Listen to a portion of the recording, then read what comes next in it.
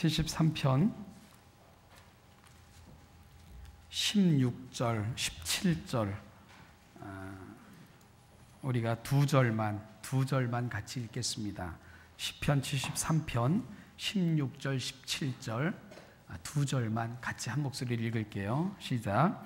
내가 어쩌면 이를 알까 하여 생각한즉 그것이 내게 심한 고통이 되었더니 하나님의 성소에 들어갈 때에야 그들의 종말을 내가 깨달았나이다. 아멘. 인생은 자신이 생각하는 대로 된다, 이렇게 말하는 사람들이 있습니다. 그래서 스콧 니어링이라는 분은요, 생각하는 대로 살지 않으면 사는 대로 생각하게 된다, 이런 얘기를 했습니다. 중요한 얘기 같죠, 그죠? 생각하는 대로 살지 않으면 사는 대로 생각하게 된다. 그래서 이 스콧 니어링이라는 사람은 인생은 곧 생각이다, 이런 공식을 만들어내기도 했고요. 이 불교에서 사용하는 말 중에는 그런 말이 있습니다. 현재의 나는 내 생각의 소산이다. 생각하는 대로 이루어질 것이니, 이런 말이 있는데 여러분 정말 그럴까요? 삶을 살다 보면 내가 생각하지 않는 내 모습, 인생의 모습, 삶의 장애물들이 나를 곤고하게 만들 때가 참으로 많습니다. 그래서 우리는 늘 알죠. 세상은 생각대로 되지 않는다. 어떤 광고 문건에는 생각대로 돼 그러지만 생각대로 안 되는 게 훨씬 더 많은 것이 우리의 현실이고, 우리의 생각과는 너무나도 많이 다른 것이 또 우리가 살아가는 세상이구나 하는 것을 많은 순간 우리는 보게 됩니다. 오늘 시편에서 시인도 이 문제를 놓고 고민하고 있습니다. 그래서 1절에서 이렇게 말합니다. 하나님이 참으로 이스라엘 중 마음이 정직한 자에게 선을 행하시나, 이런 생각을 하고 살았어요. 하나님은 정직하고 의롭고 선한 자에게 선을 행하신다. 그러니까 그들에겐 좋은 것을 주신다. 이런 생각을 갖고 살았습니다. 그래야 하나님이지, 이렇게 생각하고 살았던 것 같습니다. 그런데 이 같은 자신의 신념이 흔들리는 것을 보고 있습니다. 그래서 2절에서 나는 거의 넘어질 뻔하였고 나의 걸음이 미끄러질 뻔하였으니, 이런 얘기를 합니다. 그러니까 정결한 자에게 선을 행하시나, 그러나, 그런 뜻이죠. 그러면서 2절에서 나는 거의 넘어질 뻔하였고, 그런데 그렇게 믿고 생각하고 살아왔는데 내 경우는 그렇지 않더라, 그런 얘기입니다. 내 경우는 그렇지 않았더라, 이런 얘기를 하고 있는 것입니다. 자신의 경우에는 어떻다는 것인가요? 자신의 주변을 둘러보면 그런 고백이 믿어지지 않는다는 것입니다. 그래서 자신이 거의 실족할 뻔하였다, 이렇게 고백을 합니다. 이 실족이라는 것은 발을 헛디뎌서 미끄러져 다치는 것을 실족이라고 이야기를 하는데요, 깊은 구덩이에 빠지게 되는 걸 실족한 상태라 이렇게 표현을 합니다. 여러분, 왜 시인은 실족할 뻔했다고 그렇게 고백을 하고 있는 걸까요? 무엇을 보았기에 시인은 이런 고백을 남기고 있는 걸까요? 3절부터 그 이유를 설명하죠. 이는 하면서 왜냐하면, 그런 뜻입니다. 내가, 그러면서 실족할 뻔하였던 그 이유를 설명해내고 있습니다. 뭐죠? 악인의 형통함을 보았기 때문입니다. 하나님은 마음이 정결한 의로운 자에게 은혜를 베푸신다고 생각했는데 이러한 신념과 법칙이 여지없이 깨지고 있는 것을 너무 많이 보았기 때문입니다. 불의함으로 돈을 벌고 그것으로 떵떵거리며 사는 모습 때문에 질투하는 마음까지 내 속에서 끊임없이 일어노라고 그렇게 고백하고 있습니다. 그리고 지금도 그것에서 자유롭지 않다고 현재형을 사용해서 자기의 마음을 표현하고 있습니다. 그래도요, 시인은 그렇게 위로하면서 살았던 것 같아요. 그래, 평소에 떵떵거리면서 불의한 재물을 쌓아놓고 살아도 니들 죽을 때는 고통스럽게 죽을 거다. 니들은 절대로 평안하게 죽지 못할 거다. 그러면서 이제 마음에 이렇게 생각을 했던 것 같은데, 근데 자기의 주변을 돌아보니까 그렇지도 않았어요. 불의한 방법으로 재물을 모으고 큰 소리치며 불의하게 살았던 사람들은 죽을 때 아주 불행하게, 힘들게, 어렵게, 고통스럽게 죽으면은 그나마 살아가던 사람들이 경계도 되고 경고도 될 텐데, 3절을 보면 그들은 죽을 때에도 고통이 없었고요, 그 심은 강건했으며 사람들이 당하는 고난이 그들에게는 없고, 그리고 죄인은 이렇게 죽어야 돼 하고 생각했던 대로도 죽지 않는 것을 시인이 보고 있는 것입니다. 그리고 우리 주변에도 너무 많아요, 그런 게. 그렇죠? 나라에서 불의한 방법으로, 불법으로 돈을 모았다고 해서 이 수천억의 추징금을 물렸는데, 그분은 나는 재산이 29만 원밖에 없다 그래가지고 29만 원밖에 없다고 했는데, 그러면 그래, 그렇게 거짓으로 불법을 행하면서 살았으면 죽을 땐 고통스러워야지 그랬는데, 지금도 건강하게 떵떵거리면서 퍼주면서 온갖 거 다 누리면서 이렇게 사는 걸 보면 마음이 상합니다. 우리도 실족하죠. 야, 우리가 이렇게 살 필요가 있는가? 이렇게 정직하게 의롭게 살 필요가 있는가? 이런 생각이 드는 거예요. 믿는 사람들도 그렇습니다. 뭐 2단이니 3단이니 뭐 우리나라가 이게 온갖 그 2단 3단들 뭐 이렇게 아주 천국처럼 그렇게 활개치고 다니는데, 그래도 하나님의 말씀을 붙들고 정말 교회답게 하나님의 말씀답게 살고자 하는 사람들과 그 악한 사람들은 그래도 죽을 땐 다를 거야. 어렵게 살았지만 의롭게 살았던 사람들은 평안하게 웃으면서 천국을 바라보며 그렇게 눈 감을 수 있을 것이고, 그렇지 않았던 사람은 고통스럽게 일그러져서 아주 고통스럽게 지옥을 경험하면서 죽어갈 거야. 그랬으면 좋겠는데 그렇지도 않아요. 그렇지도 않습니다. 죽는 건 다 똑같습니다. 별로 그렇게 큰 차이가 느껴지지도 않습니다. 오히려 2단 3단 했던 사람들 그렇게 펑펑 누리고 살더니 죽을 때도 온갖 의료 혜택 다 받고요, 죽는 순간까지 모든 거 다 동원돼서 치료하면서 그렇게 죽어가는 것을 보면 마음이 상합니다. 시인이 지금 그걸 보고 있는 거예요. 하나님은 의로운 자에게, 성결한 자에게 선을 행하신다고 내가 알고 있었고, 그렇게 고백했고, 그렇게 믿고 있었고, 평소에는 그나마 떵떵거리고 살아도 죽을 땐 고통스럽게 죽을 거야 라고 생각을 했는데, 내 경우에 내 주변을 보니까 그렇지 않더라. 이게 시인의 마음을 상하게 하고 있고 실족하게 만들고 있노라고 고백하고 있습니다. 그들은 심지어 하나님을 모독하기도 하고요, 그리고 또한 어려운 가운데서도 선하게 살고자 하는 사람들을 조롱하는 일을 서슴없이 했습니다.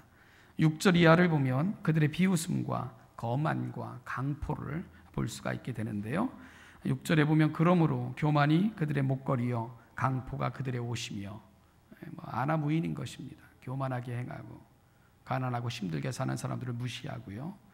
7절 살찜으로 그들의 눈이 솟아나며 그들의 소득은 마음의 소원보다 많으며, 계획했던 것보다 훨씬 더 많은 돈을 벌고요, 살찐 모습으로 그렇게 번저하게 이렇게 살아가고. 8절 그들은 능욕하며 악하게 말하며 높은 데서 거만하게 말하며, 그러니까 깔보는 거죠. 수없이 많은 사람들을 학대하고 뺏고. 9절 그들의 입은 하늘에 두고 그들의 혀는 땅에 두루 다니는도다. 뭐 거칠 게 없는 겁니다. 10절 그러므로 그의 백성이 이리로 돌아와서 잔에 가득한 물을 다 마시며, 그들 주변에 사람이 꼬이고 그들과 함께 불을 차지하는 수없이 많은 무리들이 생겨나게 되는 거고. 11절 말하기를 하나님이 어찌하랴 지존자에게 지식이 있으랴 하는도다. 그러니까 하나님은 하늘에 계시기 때문에 세상은 잘 모르셔. 세상의 이치는, 세상의 방법은 세상의 이치대로 사는 거고, 세상의 분은 세상의 방법대로 살아야 되는 거지. 하나님이 어찌 알겠냐. 하나님은 관심도 없으실 뿐만 아니라 하나님은 이 세상의 원리에 대해서는 알지도 못하셔. 하나님이 어찌 다 아냐 이러면서 살아가는 것이 시인이 주변에서 바라보는 사람들의 모습이었던 것을 우리가 알게 됩니다. 그러다 보니까요, 참 후회스러웠어요. 그렇게 살아왔던 게 너무너무 후회스러웠습니다. 참 자신이 한심스럽게 보였습니다. 너무 답답했습니다. 그래서 그 심정을 13절에서 이렇게 토로하고 있습니다. 내가 내 마음을 깨끗하게 하며 내 손을 씻어 무죄하다 한 것이 실로 헛되도다. 의롭게 선하게 착하게 살아왔던 게 이게 다 헛된 거예요. 야, 이게 말이 이렇게 살 필요가 없는 거구나. 이런 생각이 끊임없이 그 마음속에서 일어나고 있는 것입니다. 그렇게 살다 보니까 나는 종일 재난을 당하며 아침마다 징벌을 받았도다.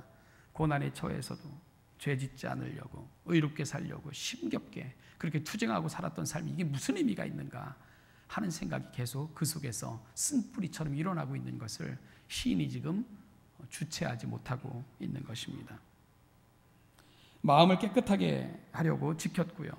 내 손으로 범죄하지 아니하려고 발걸음을 죄악으로 달려가지 않게 하려고 노력하며 입술을 깨물고 그렇게 살아왔던 날들이 후회스럽게 느껴지기도 했습니다. 여러분들은 이런 세상을 보고 있지 않은가요? 세상의 불의를 보며 이렇게 분노가 일고 때로는 삶이 허망하게 느껴지고 심지어 하나님이 계시다면 어찌 세상에 이런 일이 일어날 수 있는가? 왜 악인은 형통하고 평안히 눈을 감고 의인은 죽는 순간까지 고통 가운데 죽어가는 이 현실을 어떻게 설명할 수 있는가? 하나님은 이 세상에는 전혀 능력을 발휘할 수 없는 분, 그런 분은 아닌가? 내가 지금 허망한 것을 붙들고 살고 있는 것은 아닌가? 이런 생각이 들어보신 적이 없느냐? 그런 이야기입니다. 시인은 그걸 지금 온몸으로 느끼고 있습니다. 정말 누구의 말을 이렇게 좀 패러디하면 악인만 잘 되는 더러운 세상을 이 시인이 지금 가득 보고 매일 보고 있는 것입니다. 주변에 그런 게 넘쳐나고 있는 것입니다. 그리고 분노하고 있는 것입니다. 하나님께 그 안타까운 마음의 고통을 따지듯이 이제 호소하고 있는 것이 오늘 우리가 보고 있는 시편입니다. 여러분, 이런 세상을 보면 그럴 수도 있겠죠. 그래, 다 필요 없어. 세상은 세상이 요구하는 방식이 있는 거야. 나 혼자 의롭게 산다고 뭐 이 세상이 바뀌길 하나. 뭐 이 악한 세상을 그렇게 살아봤자 어떻게 살까? 그거는 정말 우매하고 미련한 것이지. 그러니까 그냥 세상이 원하는 대로 요청하는 대로 세상의 방식을 쫓아 정말 그렇게 이렇게 해서 돈을 버는 사람들 뒤를 쫓아다니면서 그들이 사는 것이 방식을 살피고 어떻게 하면 돈이 굴러오는가를 우리가 자세히 연구해서 우리도 그렇게 살면 되는 거지. 이렇게 할 만도 하지 않겠습니까? 여러분, 시인도요 이런 마음에 생각이 스치고 지나가는 것을 경험할 수 있었죠. 그래서 15절에서 이렇게 고백합니다. 내가 만일 스스로 이르기를 내가 그들처럼 말하리라 하였더라면, 그런 생각이 드는 거예요. 그리고 갈등이 있는 거예요. 나도 그래 그렇게 살고 말지. 나도 다 힘드니까 나도 그냥 세상의 방식대로 살지. 이런 생각들이 불쑥불쑥 일어나는 것입니다. 끊임없이 그 속에서 자기 마음을 충동질하는 것을 시인도 느끼고 있는 것입니다. 그래, 나도 간사한 입술과 거짓된 말과 호리는 말로 적당히 불의한 채 살면 되지 뭐 나만 그런가? 다 그런데. 그렇게 하고 싶은 생각들이 끊임없이 자기 속에서 번민처럼 갈등처럼 일어나는 것을 시인이 고백하고 있습니다. 여러분, 신앙인은 어떤 사람들일까요? 신앙인은 어떤 사람들일까? 이런 생각이 전혀 없는 사람들이 신앙인일까요? 나도 그렇게 살면 되지. 예를 들면 여자에 대해서는 생각도 없고 돈에 대해서는 초월했고 수없이 마음에 불순한 생각들은 아예 자체가 일어나지 않는 사람들, 이런 사람들이 여러분 신앙인들일까요? 그렇지 않습니다. 이런 생각이 없는 사람들이 신앙인이 아니고요, 그렇게 살지 못하는 사람들이 신앙인입니다. 그렇게 살지 못하는 게 신앙인입니다.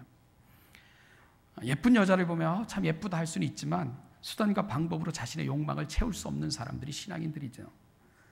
돈 좋지만 그렇다고 남에게 피해를 주고 사기치면서까지 나의 부를 만들어낼 수 없는 사람들이 신앙인들입니다.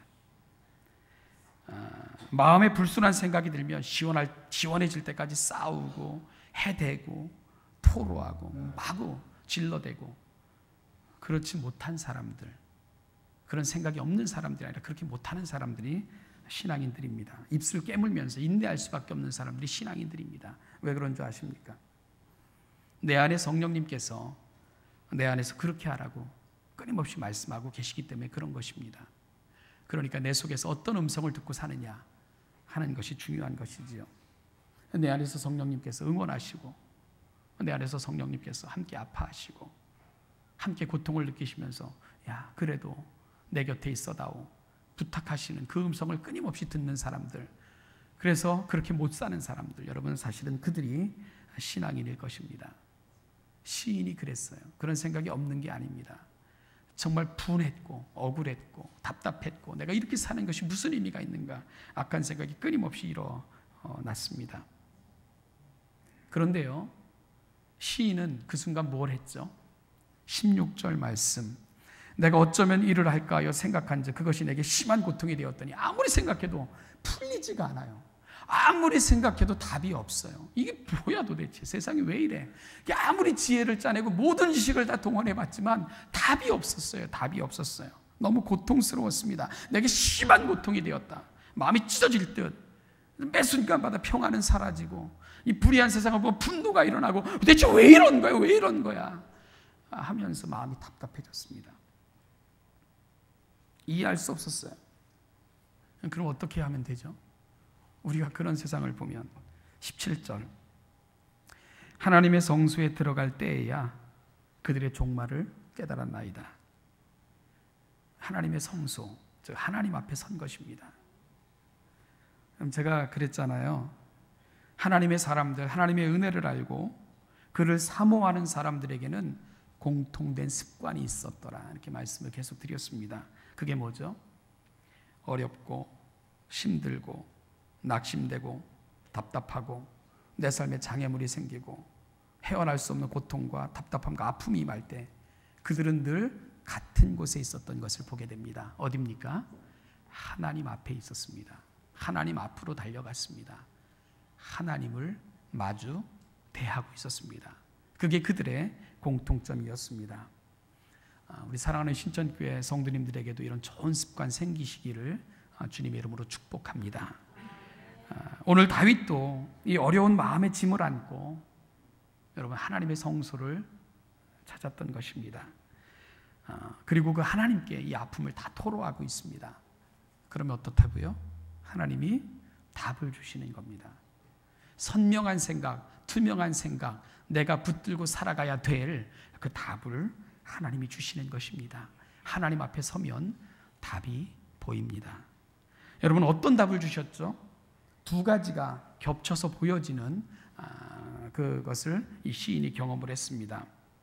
두 가지가 어떤 거냐면 하나는 악인의 길을 보여주셨고 또 한 가지는 의인의 길을 하나님께서 보여주셨습니다.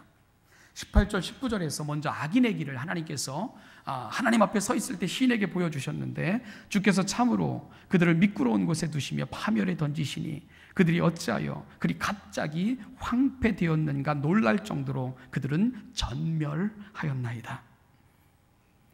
그들의 종말이 뭔가를 시인이 본 것입니다. 여러분 그 악인들의 종말이 뭐죠? 그대로 쭉 간다. 그대로 쭉 간다. 사실 그게 악인들의 결론이었습니다. 무슨 말입니까? 지금 잘 나가는 것 같고 모든 것이 형통한 것 같고 그들의 재물과 영광이 영원할 것 같지만 순식간에 끝난다 하는 경고의 메시지를 주시는 하나님의 음성을 들었던 것입니다. 이런 말입니다. 제가 어린 시절을 시골에서 자랐습니다. 초등학교 5학년 때까지 시골에서 자랐는데요. 제가 썰매를 굉장히 좋아했습니다. 썰매를 잘 탔습니다. 근데 겨울 되면은요, 시골에서 이렇게 저수지나 물웅덩이, 물을 많이 모아두는 그곳은 천연의 그 당시 스케이트 타는 사람도 없었고 썰매장, 아니면 이제 얼음 지치는 장, 아니면 야외 활동 공간이 그렇게 되기도 했었는데요.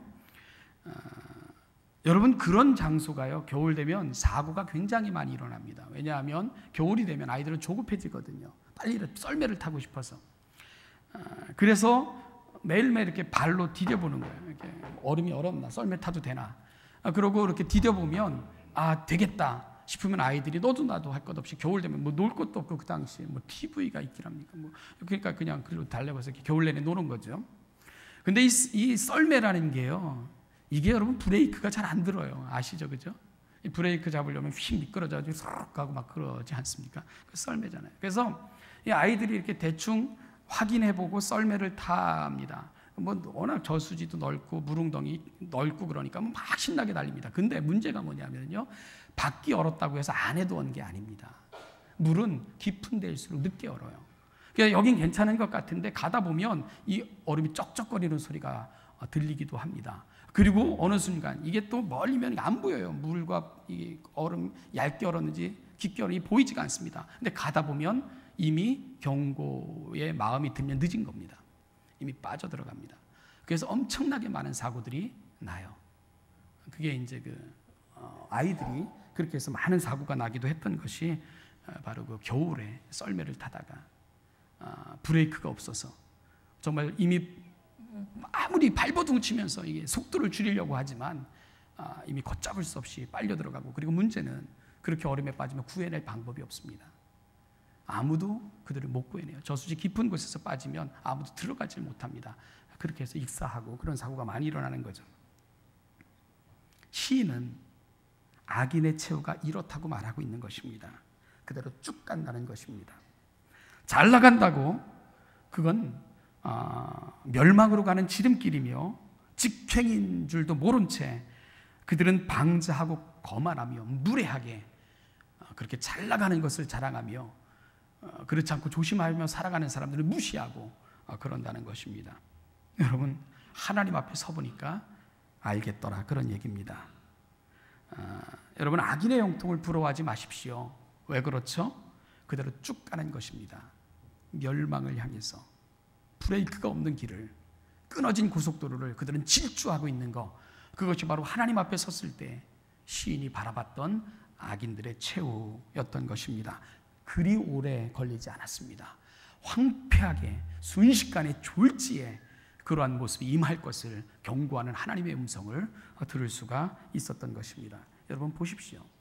불의한 방법으로, 온갖 방법으로 돈을 모았던 그 불의한 자들이 몇 대에 걸쳐서 부를 누리는 거 보신 적 있습니까? 못 갑니다. 결코 못 갑니다.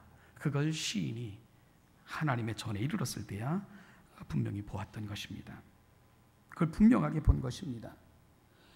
악인의 형통함과 거만함과 망령됨을 보거든 여러분 오늘 시인이 바라봤던, 시인이 하나님 앞에서 보았던 그 사실을 여러분들도 기억하실 수 있기를 바랍니다. 그대로 쭉 가는 것입니다.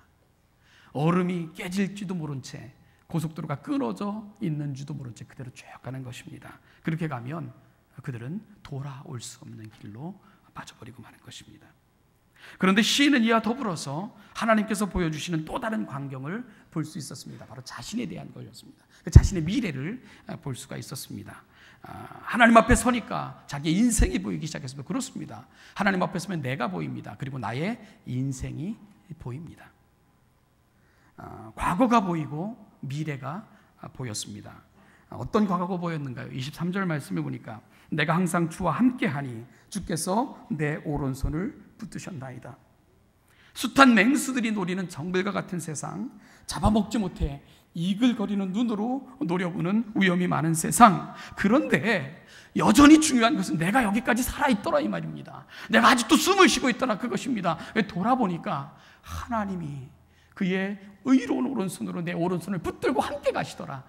여러분 그것이 바로 시인이 보았던 광경입니다. 시인이 보았던 광경입니다. 내 손을 잡고 친히 함께 여기까지 걸어 오셨던 하나님, 그것을 본 것입니다.